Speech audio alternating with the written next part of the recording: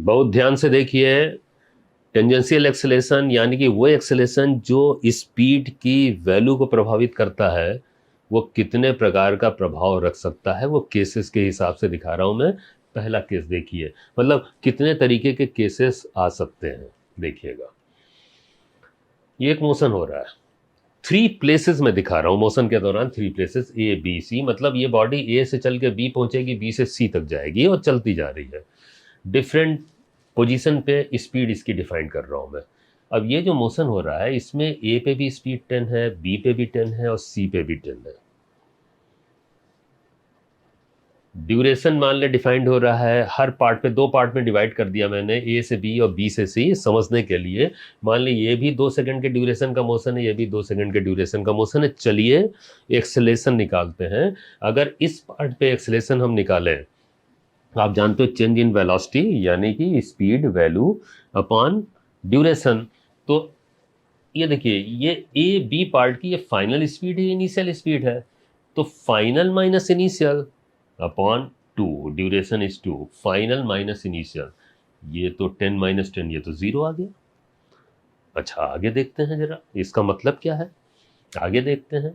आगे देखें तो 10 इस पार्ट में इनिशियल 10 और फाइनल 10, 10 माइनस 10 ड्यूरेशन 2 है, ये भी 0 आ गया। कहने का मतलब ये है कि एक ऐसा मोशन है जिसमें एक्सेलेरेशन है ही नहीं, और एक्सेलेरेशन नहीं है तो दिख रहा है कैसे, परिवर्तन भी तो नहीं है। एक्सेलेरेशन इंडिकेटर किसका होता है, चेंजेस का ना, अवस्था बदलने का, स्पीड बदलने का। स्पीड कहाँ बदल रही है, 10 थी, 10 रही और 10 फाइनल भी रही। तो जब स्पीड में कोई चेंजेस ही नहीं हो रहे हैं तो एक्सेलेरेशन नहीं है। ये एक ऐसा मोशन है जिसमें एक्सेलेरेशन एग्जिस्ट नहीं कर रहा है। ये ध्यान दीजिएगा, यहाँ पे लिख के आ रहा है कि एक ऐसा मोशन जिसमें एक्सेलेरेशन 0 है, वेलोसिटी कांस्टेंट है। ये नहीं कि एक्सेलेरेशन 0 है तो वेलोसिटी भी 0 हो जाए, ये मतलब नहीं है। एक्सेलेरेशन वेलोसिटी को एक जैसे मत तोलिएगा। एक्सेलेरेशन अवस्था परिवर्तन है, और अवस्था किसको बताते हैं, वेलोसिटी को।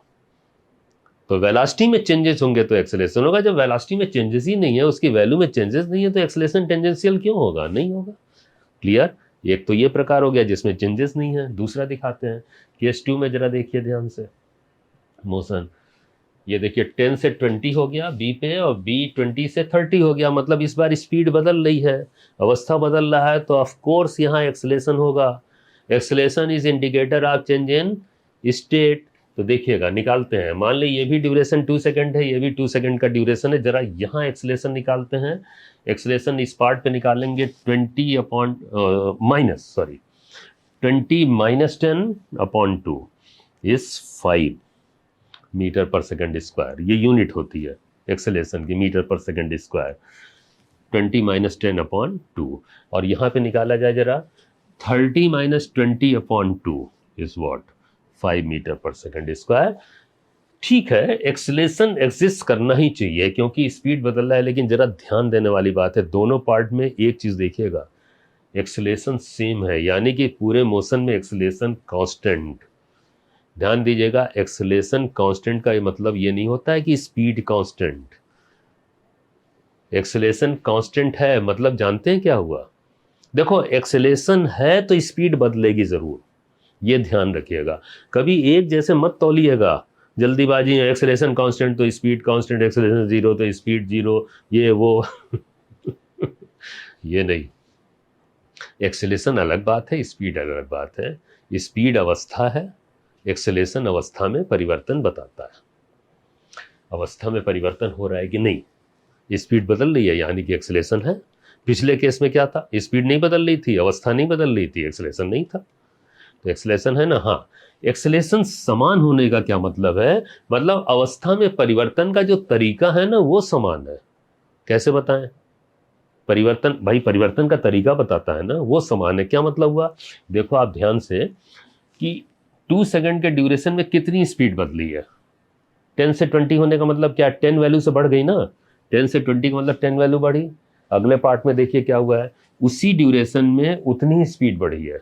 20 से 30 होने का मतलब कितना डिफरेंस हुआ, 10 का ही तो हुआ। कहने का मतलब ये हुआ कि एक्सेलेरेशन समान का मतलब है कि स्पीड बदलने का तरीका भी समान। उतने ही ड्यूरेशन में उतनी ही स्पीड इधर भी बढ़ी है और उतने ही ड्यूरेशन में स्पीड उतनी इधर भी बढ़ी है। एक्सेलेरेशन समान होने का मतलब है स्पीड बदलने का तरीका भी समान। लेकिन एक्सेलेरेशन कांस्टेंट का मतलब नहीं कि स्पीड कांस्टेंट।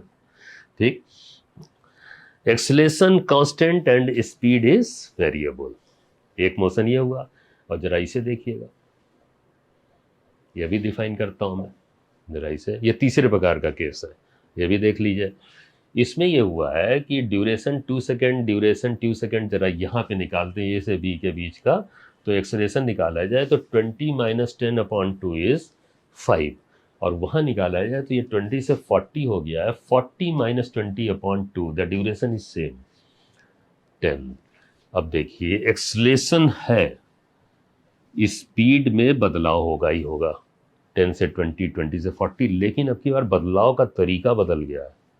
बदलाव का तरीका मतलब एक्सेलेरेशन बदलने का मतलब है कि यहाँ पे एक्सेलेरेशन 5, वहाँ 10, एक्सेलेरेशन बढ़ गया है। एक्सेलेरेशन बढ़ने का मतलब है कि परिवर्तन का तरीका बढ़ गया है, डिफरेंट हो गया है। देखो यहाँ 2 सेकंड में 10 का ही डिफरेंस आया है, 10 से 20, लेकिन अब की बार 2 सेकंड में 2 सेकंड में डिफरेंस 10 का नहीं बल्कि 20 का हो गया, 20 से 40, 20 का डिफरेंस मतलब परिवर्तन बढ़ गया है, मतलब एक्सेलेरेशन बढ़ गया है। तो ये केस वो है जिसमें एक्सेलेरेशन बदल रहा है, ये तीसरा केस है। Acceleration variable, velocity is also variable. ठीक है, ये ध्यान देने वाली बात है। ये मैं प्रकार बता रहा हूं, बहुत ध्यान से सुनिए, इसी पे क्वेश्चंस बनते हैं, और ध्यान से देख लीजिए फर्क। तो एक केस वो था जिसमें एक्सेलेरेशन था ही, मतलब स्पीड बदल ही नहीं रही थी। एक वो केस हुआ जिसमें एक्सेलेरेशन था और कांस्टेंट था, मतलब स्पीड बदल रही थी और बदलने का तरीका हर जगह समान था। ये वो केस है जिसमें एक्सेलेरेशन है, एक्सेलेरेशन बढ़ रहा है, मतलब स्पीड तो बदलेगी क्योंकि एक्सेलेरेशन है, लेकिन एक्सेलेरेशन बदलने का तरीका भी बदल रहा है। एक्सेलेरेशन बढ़ा, स्पीड कुछ ज़्यादा बढ़ गई उसी ड्यूरेशन में।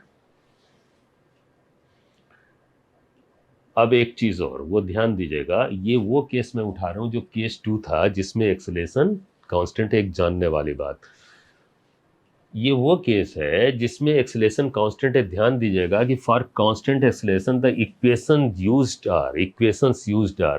देखो केसेस तो आपने देखे ही 3 प्रकार के। अब होता क्या है कि इनको सॉल्व करने के लिए इक्वेशंस कौन सी होनी चाहिए, तो 3 इक्वेशंस बड़ी पॉपुलर हैं, आपको याद भी होगा जबान पे, कि v is equal to u plus a t, s equal to u t plus half a t square, v square is equal to u square plus twice a s. इस टाइप के मोशंस को solve करने में, जिसमें ये initial speed होती है, ये फाइनल, इनिशियल फाइनल, है ना, और ये डिस्प्लेसमेंट है, कितना ये ट्रेवल हुआ, है ना, ये सब केसेस, ये एक्सेलेरेशन है। तो याद रखिएगा ये 3 पॉपुलर इक्वेशंस जो लिखी जाती हैं, इसकी लिमिटेशन है, और वो लिमिटेशन ये है कांस्टेंट एक्सेलेरेशन के लिए यूज़ हो सकती हैं बस। अगर एक्सेलेरेशन कांस्टेंट है तो आप इसे यूज़ कर सकते हो, अदरवाइज नहीं यूज़ कर सकते। ध्यान दीजिएगा, जैसे मैं इसलिए कह रहा हूँ क्योंकि इसमें जब आप इस मोशन को आप करेंगे तो ये फाइनल और ये इनिशियल आप ले सकते हो। ये जैसे फाइनल स्पीड रखोगे 30 और इनिशियल रखोगे 10, तो एक्सेलेरेशन कितना ले लोगे, 5। एक्सेलेरेशन तो एक ही लिखना है ना, तो आप यूज़ कर सकते हो। लेकिन सोचो आप, अगर केस ये हो कि जिसमें 5 से 10 हो गया, एक स्लॉट में, एक पार्ट में 5 और दूसरे पार्ट में 10 है, तो एक फ़र्क आएगा। वो ये फ़र्क आएगा कि अगर आप इन इक्वेशंस को यूज़ करना चाहते हैं तो सोचने वाली बात है कि अगर इस इक्वेशन को आप यूज़ करें, कोई एक इक्वेशन उठाएं, तो इनिशियल और फाइनल अगर आप रखते हैं, चलें, अगर आप ये फाइनल रखते हैं ये इनिशियल पार्ट में, तो आप एक्सेलेरेशन 5 ले लोगे, है ना। u is initial 10, final is 20, तो एक्सेलेरेशन आप 5 ले लोगे। इस पार्ट में आप यूज़ करोगे तो 40 और 20, है ना, ये 40 ले लें, ये 20 ले लें, एक्सेलेरेशन आप 10 यूज़ कर लो। लेकिन क्या पूरा मोशन एक साथ आप ले सकते हैं?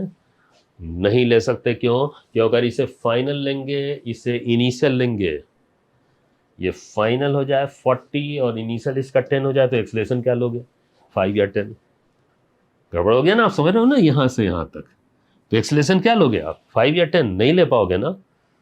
तो जानते हैं फिर क्या होता है। इसीलिए ये कहा गया कि ये जो केस है ना, इसमें कोई दिक्कत नहीं है, फाइनल इसका ये इनिशियल, क्योंकि एक्सेलरेशन हमेशा 5। आप यूज करो इक्वेशंस को।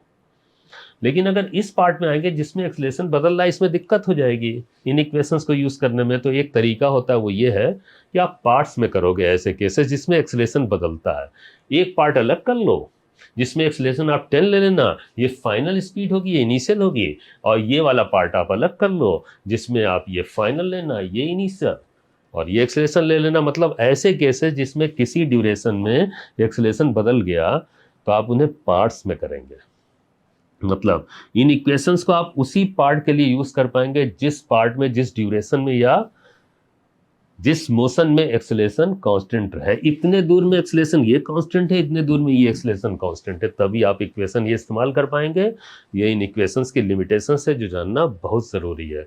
और एक केस तो मैं ऐसा दिखा रहा हूँ आपको जिसमें इन इक्वेशंस का इस्तेमाल ही नहीं कर पाओगे आप।